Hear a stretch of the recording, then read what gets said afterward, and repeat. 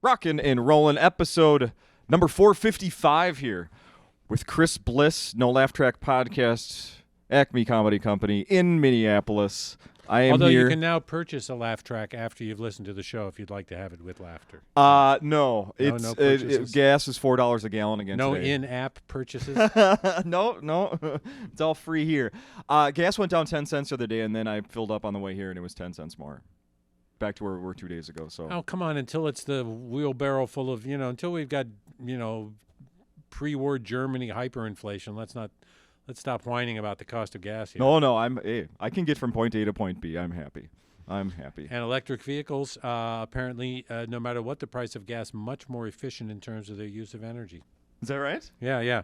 They just did a whole survey of it, even with the bump up in electricity prices and gas prices. They did another survey. They figure an all-electric vehicle save you $7,400 in energy costs over the life of the vehicle. Oh, my. That's a lot. Well, we are here to talk about Chris Bliss's week at Acme, especially because we were about to do this 2 years ago. That's correct. Your name was already written in the notebook for the next week. Yeah, although I actually canceled that date before the city canceled that date, just because I couldn't in good conscience, the idea of standing in this room, which has respiratory pathogen written all over it. So this room made it through. With pride. Yeah. I mean, the carpet on the stage, they should send to the CDC. They could probably cure COVID with some of the shit that's in this carpet. At the same time, got through the respiratory pathogen. Now where are we? Precipice, World War III. Look at the bomb shelter look of this club. Mm-hmm. This is where you want to be, folks. Absolutely. Yeah, so not only that, but there's a puzzle room one level down. They'll never find us there. So this is the perfect venue for your pre-World War III party here at Acme. the new blueprint. I'm sorry, for a bunker. They put an escape room underneath. Is that what you're saying? Exactly. It's a room looks like a bunker and it's got an escape room underneath. There's not gonna be a better place to be when the missiles fly than at Acme. Oh, that's very funny. So what happened? When you canceled right before I canceled. Minneapolis shut everything down. I canceled, and 4 days later, Lewis called me and said, "Well, they just closed us down." Yeah, March of 2020. Then everything was shut down in the city. The state, it just sounded like too weird of a country. thing to do. I mean, I think Jake Johansson was the last act in. It was, and now he's been back once, and so we had this, sort of similar beginning of a conversation. You and I were having, except his was the last getting week. more uncomfortable as the week got on with the whole 100%. Yes, as the days were going on, it was like, what are we doing here? Should we be doing this? Yeah. Well, fortunately, my audiences have learned to keep their laughter to a minimum. Is that right? Out of consideration for those around them and the comedian on stage. Oh, that's very polite. Yeah. That's very polite of them. So I don't know how many people know about this, but there are two legends that are announcing final shows this week in Minneapolis. And who are those two legends? Elton John.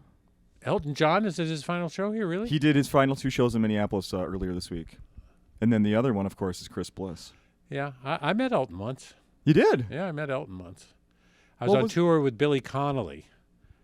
Who's a Scottish comedian, and Connolly and Elton are friends.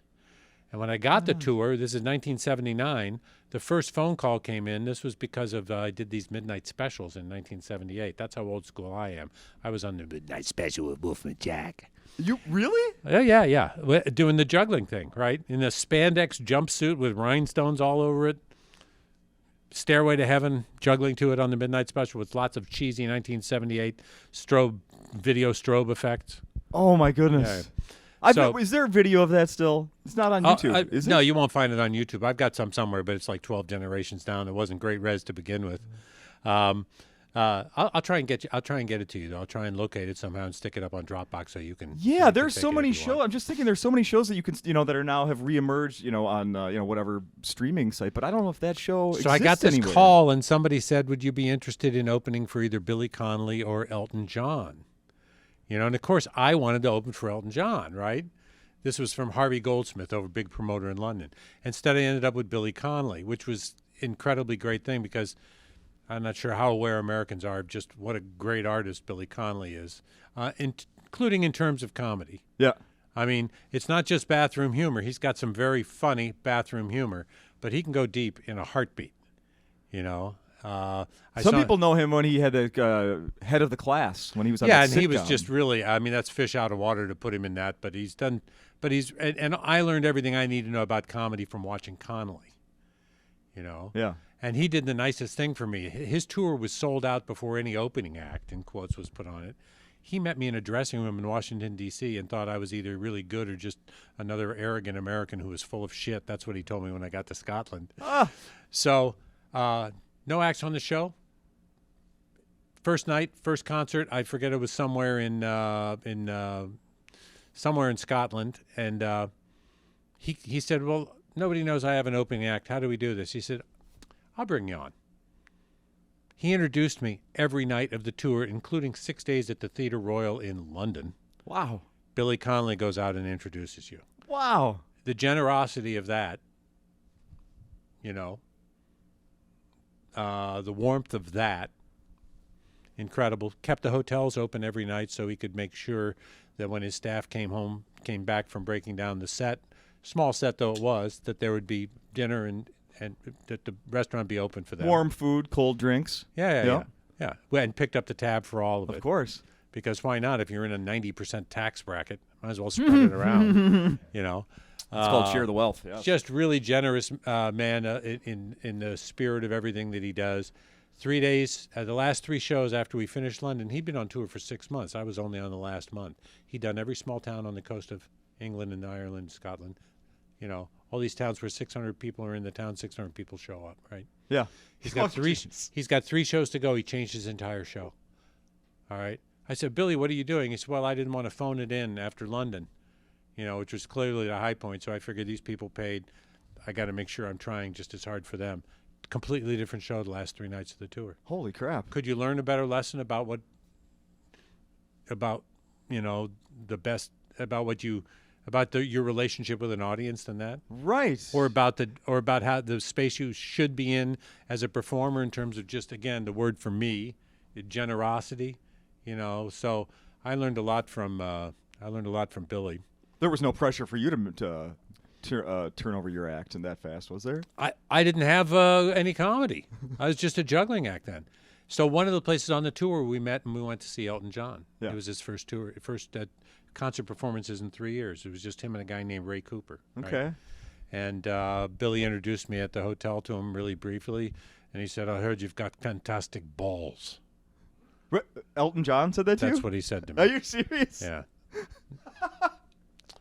And then now... Why don't you... you should have that. That should be in your bio. No, thanks. Second line. Elton John told me I had fantastic balls. Yeah.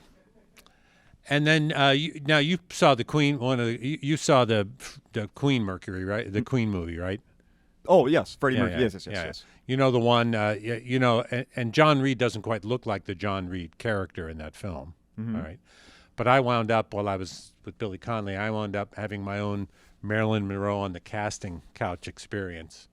What's this? At John Reed's house in Knightsbridge, where I felt his hand on my knee at one point. It was like, John, I'm not into that. Oh. But I was breaking out in a sweat. Conley was laughing about it the next day. Chris, we wouldn't have left you there. Thanks, Billy. Oh, my goodness. So, you know, you're in this hugely influential... I mean, I knew who he was. Yeah. You know.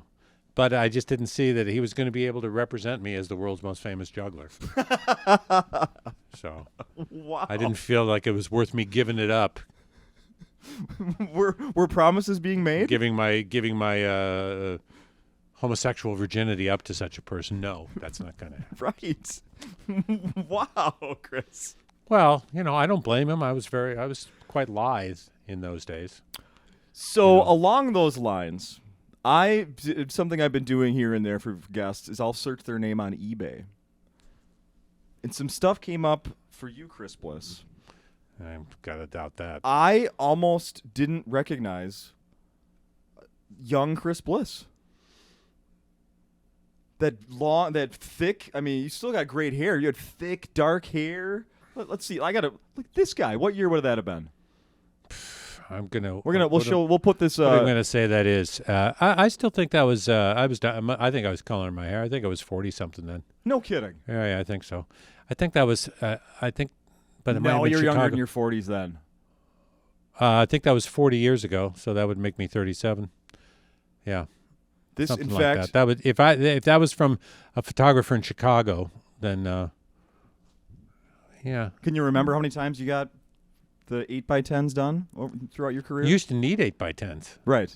Now, of course, my 8x10's really, really old, but it's really expensive to get a good photographer. Sure. And I can figure I can either spend that money on a new photographer, or I can save up a little bit more and get some work done so that I look more like the existing picture. And that just seems like a better alternative. How long? So, how long is that an option? that was a mean question. No. How long is that an option before they just can't fix what's wrong? Before they got to tear down the bridge and build a new one? Yeah. I think if you wait, I mean, I think I could still, I think I could, I think it's still an option. And I'm also waiting because that gets better and better, less and less invasive. True. Yeah. True. The funny thing to me about all the years in Los Angeles is that you'd see these guys had work done too, of course. The women had work done. Then they met at some, industry function. They were attracted by one another's looks. Neither one of them actually looked like that. So they had this mutual attraction, right? Then they hook up, and then they get married, and then they have children, and the kids don't look like either one of them. Oh, right. Well, he has your first chin. Right. I don't know.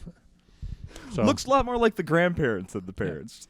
Built-in identity crisis. My wife says it's interesting. Daisy said people should not be allowed to raise their own children. They should have to raise somebody else's children. Okay. Because they would raise them with more care. In the hopes that the children they knew they weren't being allowed to raise were being raised with care too. Oh. Sort of, which was an interesting thought. People would be better to their kids if if they knew some stranger was raising their kid, they'd be better to that stranger's kid. Oh, wow. Wow. Just, to activate that level of connectivity, right? Well, it turns out that there was this one of these BBC documentary series, I think it's called Ascent of a Woman, and it's about women stuffs through history. This woman archaeologist is talking. They found this city, this city, town, city, state, whatever, in ancient Sumeria. They had always assumed, because there were adults buried with children, they had always assumed they were family graves, right? Turns out that none of the children and the adults in the graves the children were not related to the parents that they had in the entire community. They were doing exactly what Daisy said.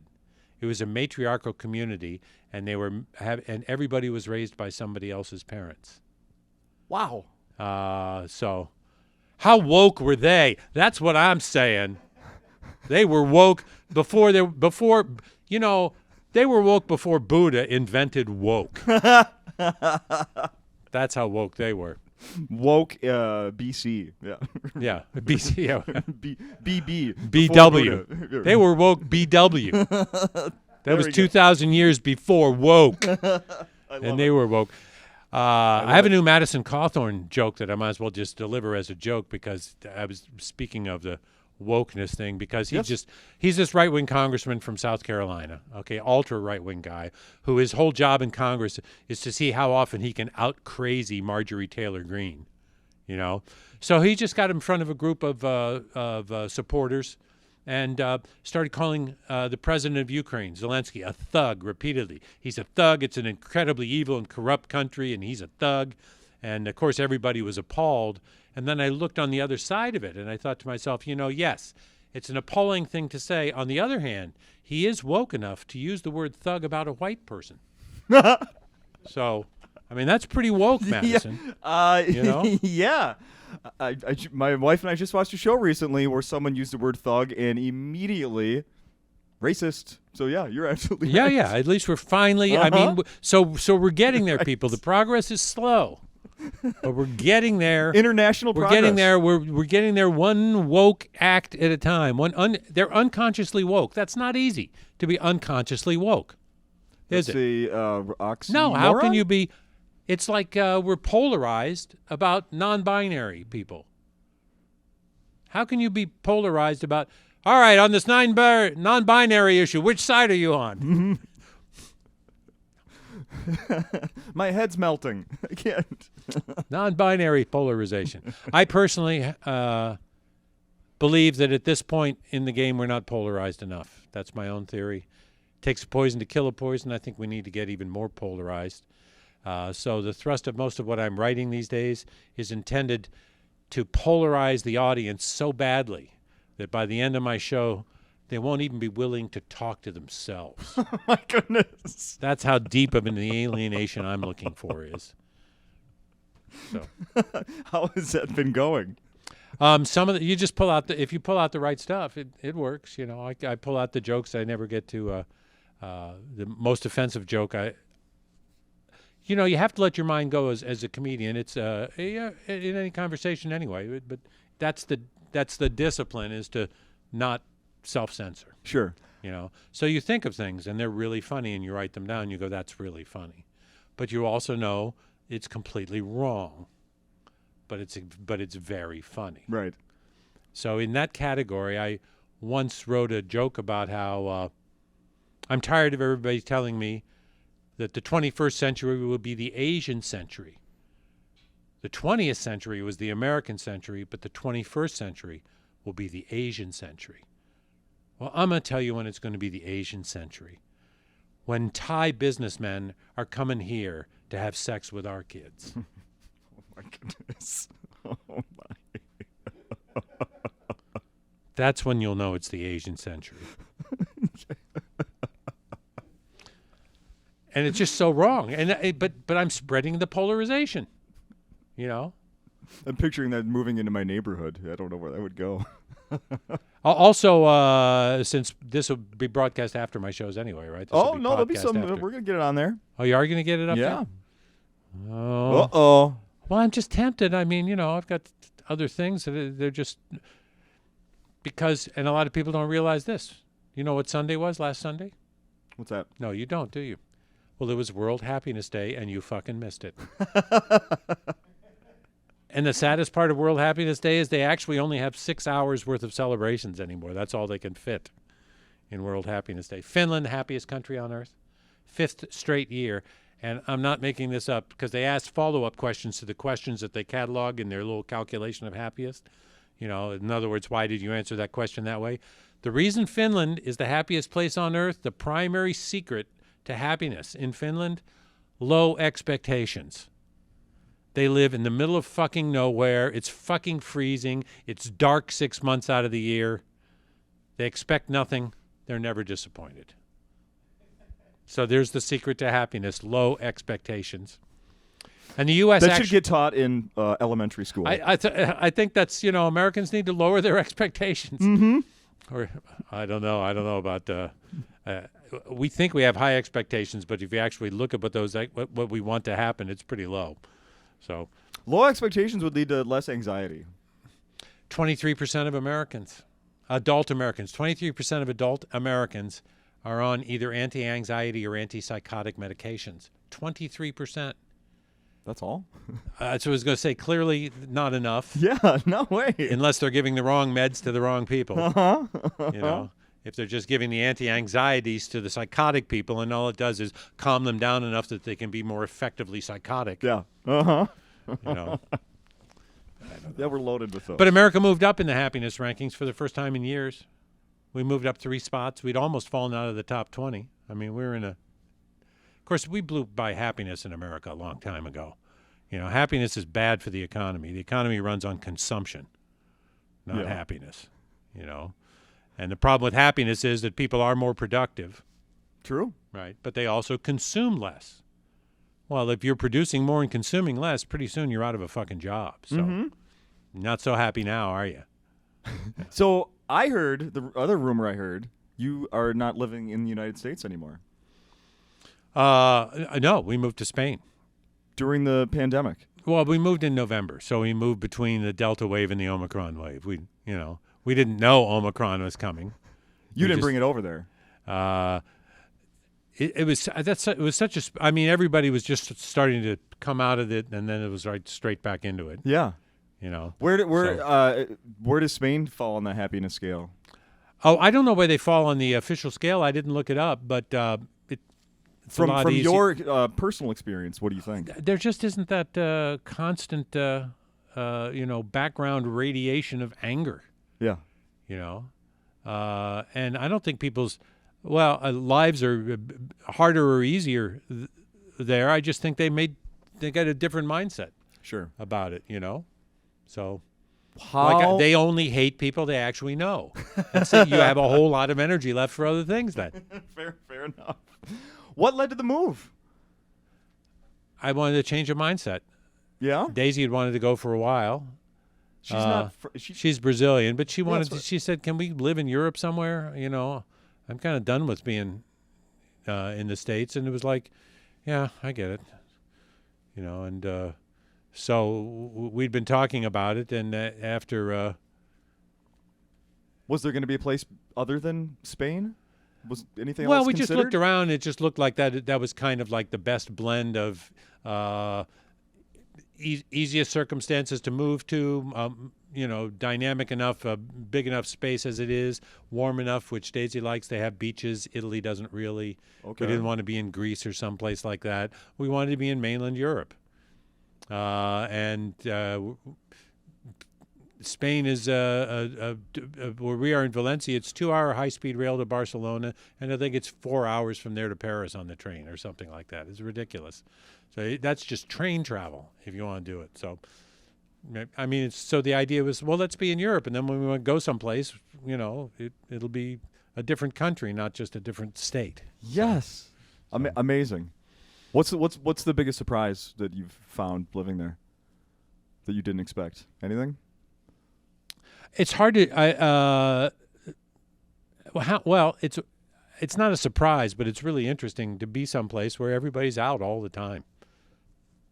They have a huge park in the middle of the city. It's a very flat city, so people can walk and ride their electric scooters anywhere they want to go.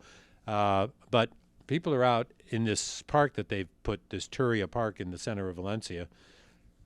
And you see people with their grandparents and people with their grandchildren, and I mean, you just see families walking. I mean, thousands of people constantly on the streets.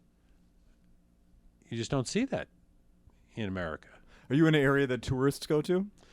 Valencia is not has its tourist. It's the third largest city in Spain, but I mean, when people think of tourism in Spain, they think of Barcelona, Madrid, and probably especially Barcelona. So Valencia people are starting to discover, but I don't know. I mean, I haven't even been there during a tourist season. We got there in November. Sure. The worst time of year to get there. We were navigating all the bureaucracy stuff, and then Omicron comes along, and then, so it's been kind of a busy time. Did you? The good news is that you can't. That even if America goes fascist, Spain's been there and done that, and there is, there are rainbows on the other side. Did you guys have to prove? I don't know how these rules. Do you have to prove like that you can have an income, or when you move to another country? You have to demonstrate enough means so that you won't be part of their welfare system. I see. And in our case, we had to actually offer our organs. That's good. I thought that was a little bit extreme, but Well, when you want to move, you want to move. When you're self-employed, you gotta have the collateral. I looked something up about quality of life in Spain. It says Spain has a high quality of life. The sun shines almost 320 days a year, which includes a good mood, encourages most locals to walk. It's kind of as you were saying, that people are always outside, and spend a lot of time outdoors, whether it's by the beach, terraces, or mountains. This along with the healthy Mediterranean diet and free healthcare system, Chris Bliss. Well, not for us, but because we're not citizens of Spain, but... And just so people know exactly how badly you're getting horked, like you don't already. Lay it on us. Yeah. My wife is, who's I'm 69, Daisy's 63. We'll say 62 for the podcast listeners. Okay. So my Daisy's 58. There you go. Daisy's 45. And the two of us together, you have to buy a health care plan that has no deductibles and no co-payments. That's the requirement, okay? So, All right, so no deductibles, none of this $6,000 deductible, no co-payments. It's got to match the coverage levels that citizens get, right? The two of us,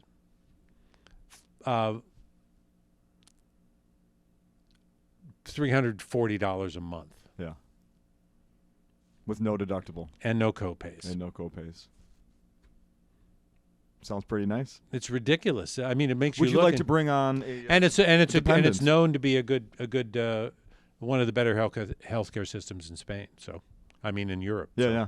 Well, that's awesome. You know, so will you be there until till the coronary? That's the way we're looking at it right now.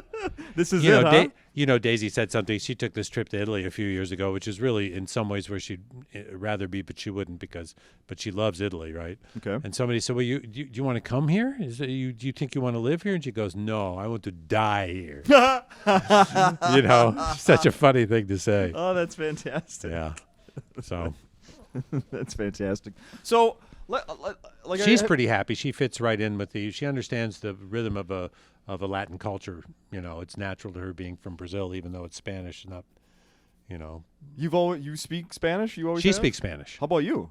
Oh, I understand enough of it, you know, but I need to obviously study now because otherwise she gets to do all the talking instead of just 82%. You know, and that's like, you know, and when I try to go, will you translate this? She's already off on another subject, so she's not the best translator.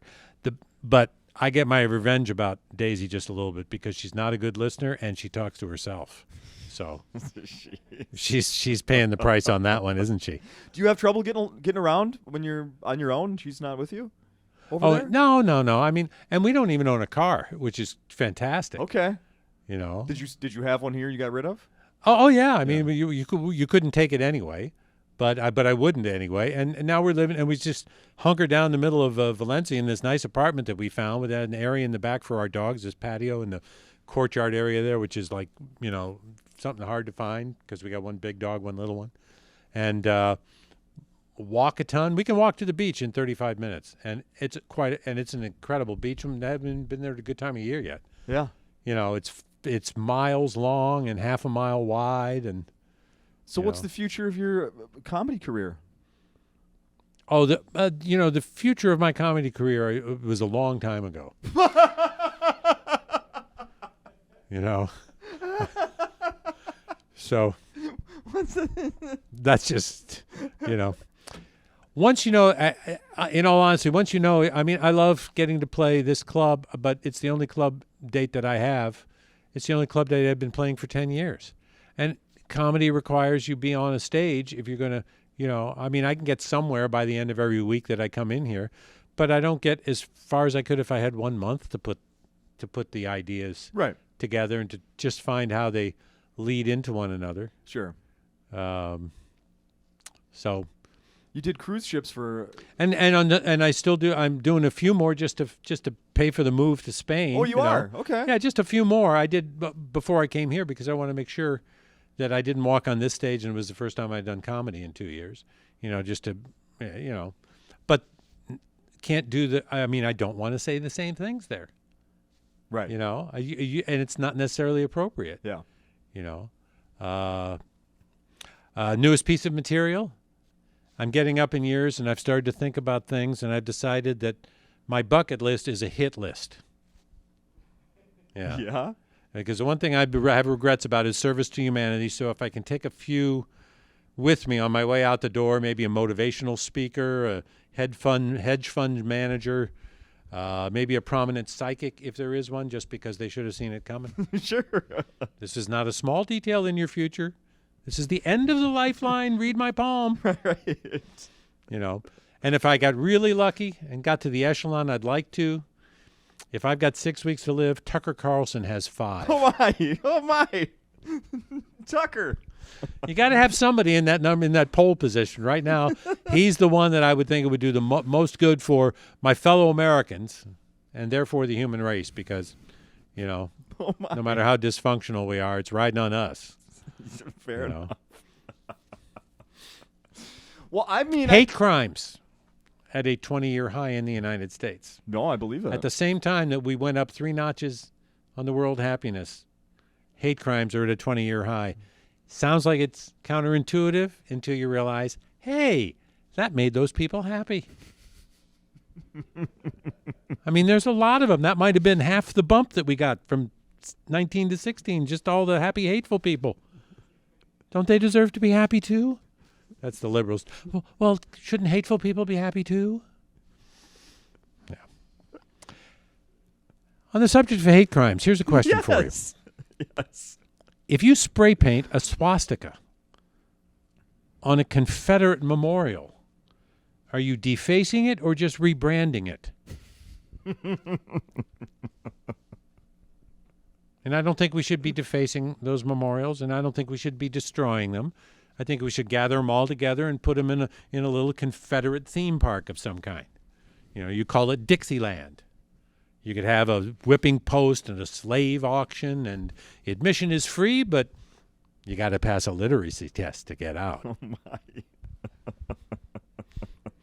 That's a nice joke, isn't it? Yes, it is. Yeah. It's a thinker. It works on two levels. If you don't know about the literacy test thing for the voting rights, it's still just a funny idea. And I could just say because they're ignorant, but why not dress it up? Right. Yeah. You're having too much fun doing this, Chris. Why would you? No audience. You know, if you don't have an audience, again, you know, if you talk to, you've talked to some comedians that have gone on to be a number of them, ticket selling attractions, their name on the ticket, you know. I've had plenty of friends who got there. I never got there. I started a little bit late because of the juggling thing. And and then white people became passé right when I was getting into my prime. You know, that's not my fault. I just, you know, a little bit of bad luck, mostly good luck. One little thing. I missed the boat because I waited too long.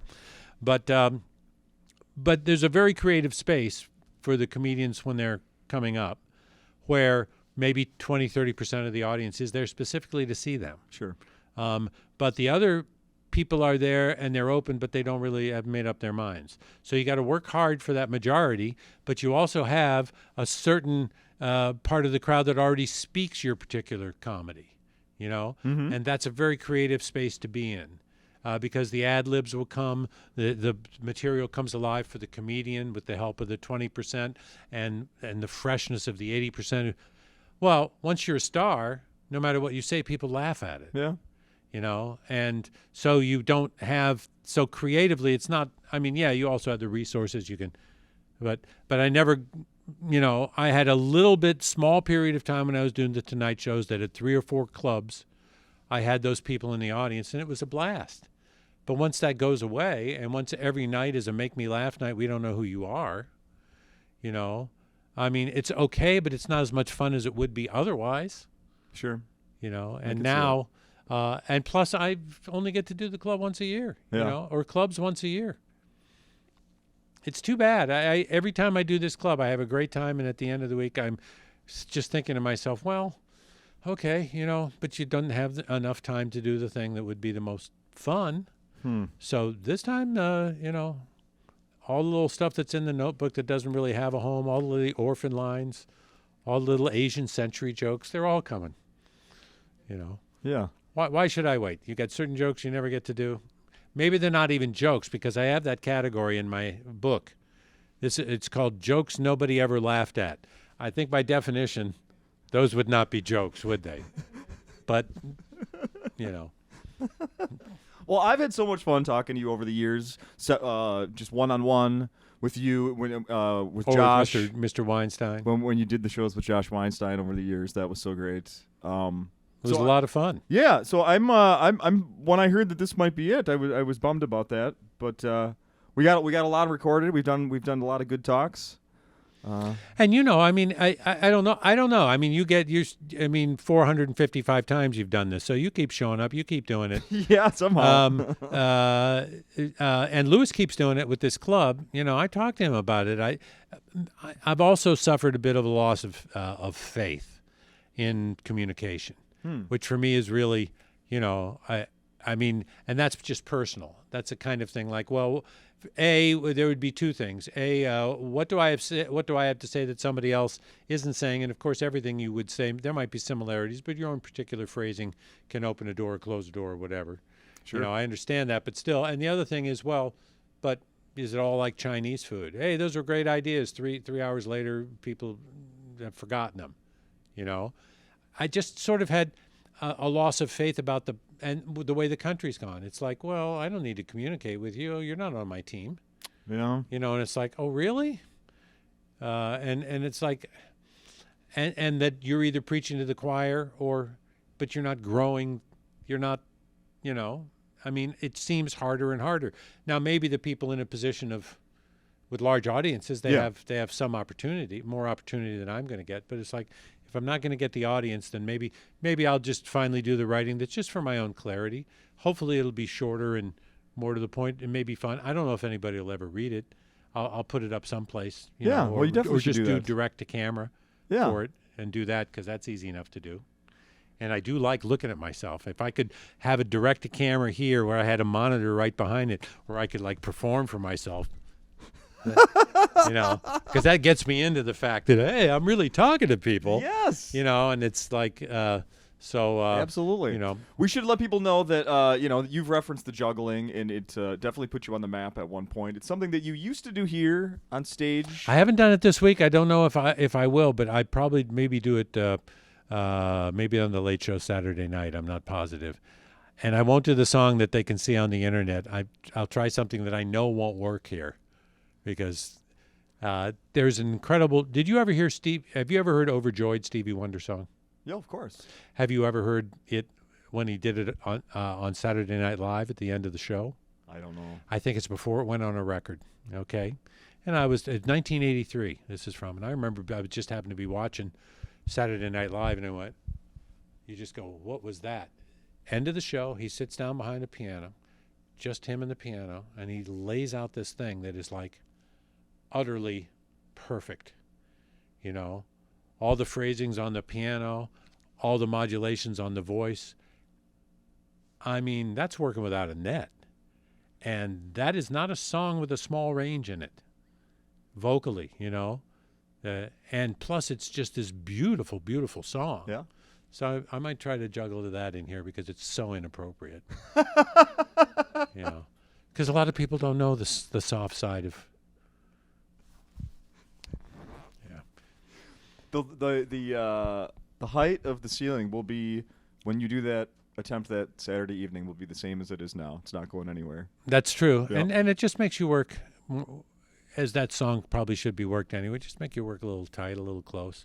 Just try and really feel it. But I don't want to do something I've done 20,000. It's the Billy Connolly thing. Why'd you change your whole show? It's because I don't want to be on autopilot. I'm going to be on autopilot a little bit when I'm trying to figure out that, all right, I'm in a bit I know, but I don't want to stay here too long. I want to go to a bit that I don't know. Mm-hmm. I want to get something done here, and I would really, really appreciate if anybody who's coming to the show is hearing this podcast, if you can just, fake up the laughter a little bit. I mean, because we can always take that audio and we can put it into a later part of the show, and we're going to. So, I mean, I am we're not taping, we're recording. There's no tape anymore. So, anything that we can get it up. My next project, by the way, is a video I'm calling Deep Fake Orgasm. Yes. Yeah. It's world figures like Obama and everybody else, and you do a deep fake of them having an orgasm on the video. My favorite one, and unfortunately she's not a world leader anymore, Angela Merkel, deep fake orgasm, one of the funniest things you've ever seen. I mean, sit down, Meg Ryan. Is that over? Yeah. I'll have what she's having. You need to see my deep fake orgasm of Angela Merkel. Deep fake Merkel. Thank you, Chris. This has been wonderful. People need to come and see these shows while they still can. 2 shows Friday, 2 shows Saturday. Always a pleasure. I mean, I couldn't, maybe I'll pull a Tom Brady and announce and retire from my retirement. There you never go. Know. But somehow he had 40 million more reasons than I do. We'll wait and see how things go when you move back in. He and I have so much in common, me and Tom. Yeah. All right. Hey, thanks a lot, man. Thank you. Good to see you again. This Absolutely. was fun.